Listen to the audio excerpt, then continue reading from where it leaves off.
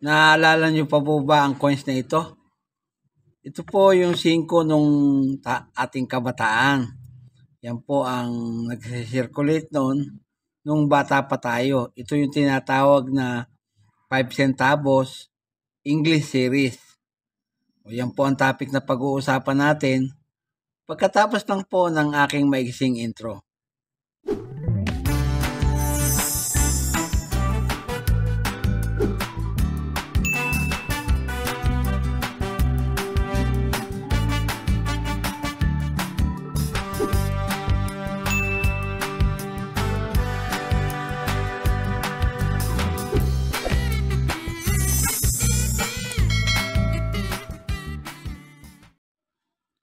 Isang magandang araw sa inyong lahat, sa lahat ng aking kabarya, kapwa kolektor, sa lahat ng senior citizen at mga silent viewer, maging sa mga kaibigan natin dyan, magandang araw po.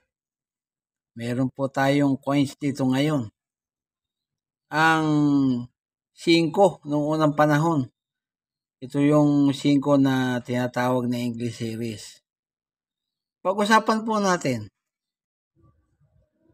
Sa obverse na bahagi po ng bariyang ito ay makikita tayo ng seal ng ating bansang Pilipinas. Ito po yung coat of arms. Makikita nyo, may agila, may leon, may araw sa gitna at 3 bituin. Yan po. Siguro po ay agree kayo sa akin kung sasabihin kung napakaganda ng ating coat of arms. Yan po. Tapos po may nakapaikot na script ang Central Bank of the Philippines. Yan po. Nakikita nyo naman. At sa kanyang ribbon, nakalagay ang Republic of the Philippines. Yan po.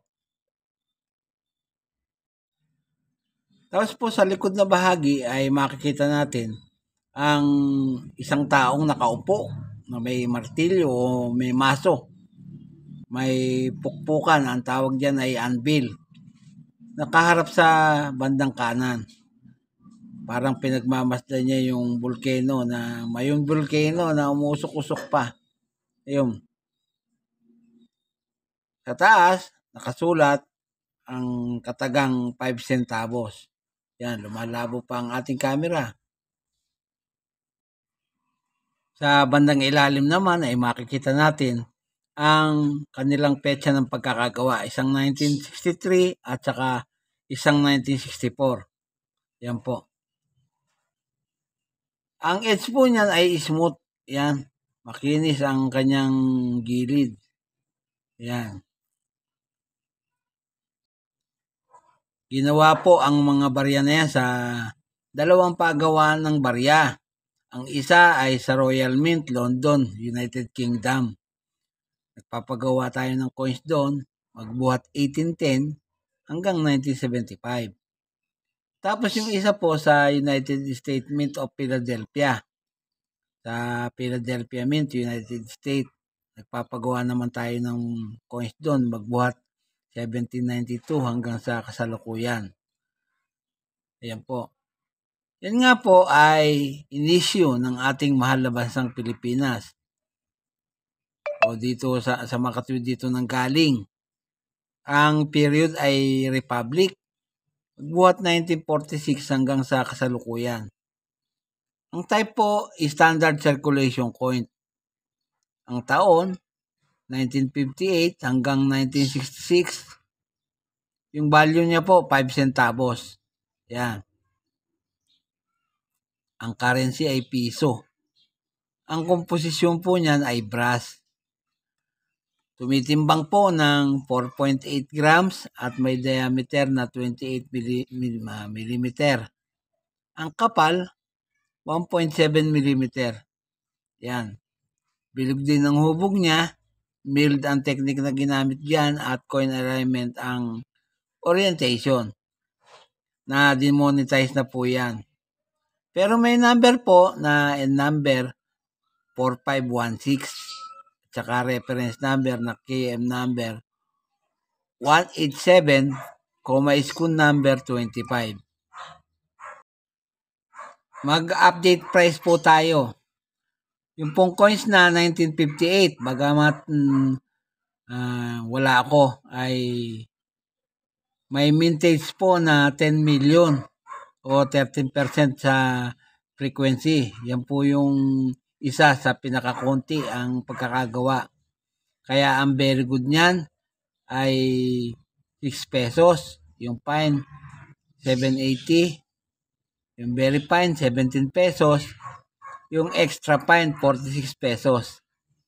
Yung almost uncirculated, 60 pesos. At yung uncirculated ay 77 pesos.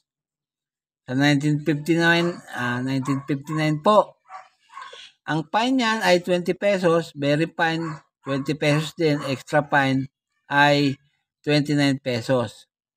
Sa 1960 naman, ang good niyan ay 3 pesos.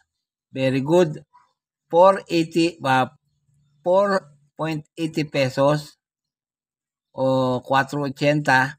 Ang fine po na yun ay 7.20. Ang very fine po, 18 pesos. Ang extra fine, 25 pesos. Ang almost uncirculated, 33 pesos.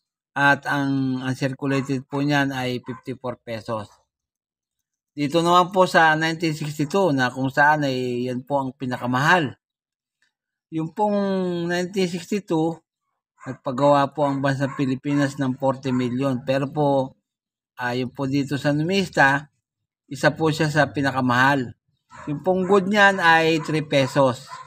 Very good, 10 pesos. Saka yung fine. Very fine ay 25 pesos. Yung extra fine, 46 pesos. Almost uncirculated, 87 pesos. At yung pong uncirculated ay pumapatak po na 280 pesos. Yan po. Noong 1963, may pinagawa po ang ating bansa na 50 million. Kaya po ang good niyan ay 3.660.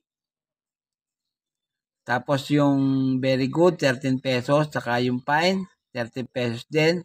Yung very fine at extra fine ay 18 pesos.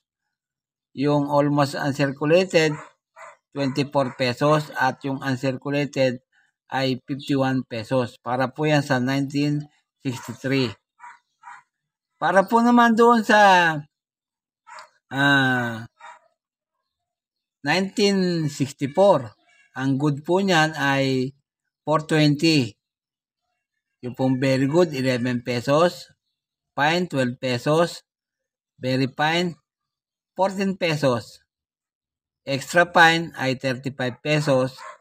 Almost uncirculated, 47 pesos. At ang uncirculated po ay 79 pesos. Ito po pala ang pinakamahal, yung 1966.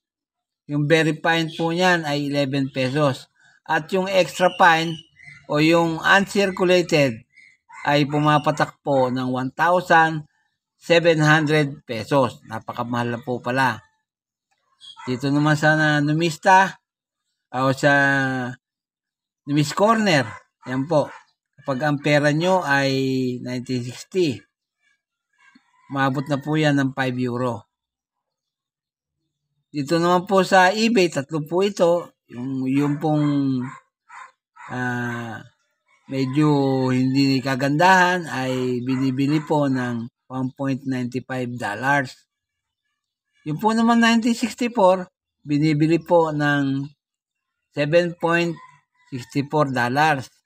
At yung 1964 na medyo makinis din ay $6.40. Yan po. Dito sa ating bansa, nung nagkaroon ng auction sa Heritage Auction, yan po. Yan pong lot number 62543 nung January 13, 2021, yung pong 1964, nabili po ng magkano ba to? 10,354. Tingnan nyo po, napakamahal. 10,354. Yung 1964 po yan ha. O sa US dollar ay nabili naman ng US dollar yan, $186. Yun po. Pero sa Philippine pesos, mahal ang pagkakabenta. Yun pala. 10,354.37 pesos. Yan po ang pagkakabenta nila doon sa 1964 na